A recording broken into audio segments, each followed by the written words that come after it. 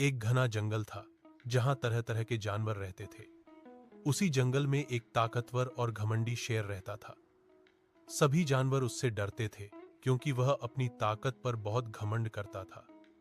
उसे लगता था कि जंगल में उससे बड़ा और समझदार कोई नहीं है। एक दिन शेर जंगल में घूमते घूमते थक गया और एक बड़े पेड़ के नीचे सो गया। सोते समय उसका मुंह थोड़ा खुला हुआ था। उसी समय एक छोटी सी चूहिया वहां से गुजर रही थी। खेलते खेलते वह शेर के शरीर पर चढ़ गई और उसके मुंह के पास पहुंच गई। चूहिया की हरकत से शेर की नींद टूट गई। गुस्से में शेर ने झट से चूहिया को अपने पंजे में पकड़ लिया। चूहिया बहुत डर गई। कांपती हुई बोली, महाराज, कृपया मुझे माफ कर दीजिए। मुझसे गलती हो गई। अगर आप मुझे छोड़ देंगे तो मैं कभी न कभी आपकी मदद जरूर करूंगी। शेर यह सुनकर जोर से हंस पड़ा। उसे लगा कि इतनी छोटी सी चूहिया उसकी क्या मदद करेगी।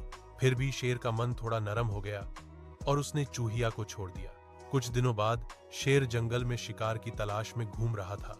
तभी वह शिकारी के बिछाए हुए जाल में फंस गया। शेर जितना जोर लगाता उतना ही जाल कसता जाता। वह दहाड़ने लगा, लेकिन कोई जानवर पास आने की हिम्मत नहीं कर रहा था। उसी समय चूहिया वहां से गुजर रही थी। उसने शेर की आवाज पहचान ली और तुरंत समझ गई कि शेर मुसीबत में है। बिना समय गंवाए चूहिया ने अपने नुकीले दांतों से जाल कुतरना शुरू कर दिया। थोड़ी ही देर में जाल टूट गया और शेर आजाद हो गया। शेर को अपनी गलती का एहसास हुआ। उसने चूहिया से कहा, आज तुमने मेरी जान बचाई। मुझे समझ आ गया कि किसी को छोटा या कमजोर नहीं समझना चाहिए। चूहिया मुस्कुरा दी।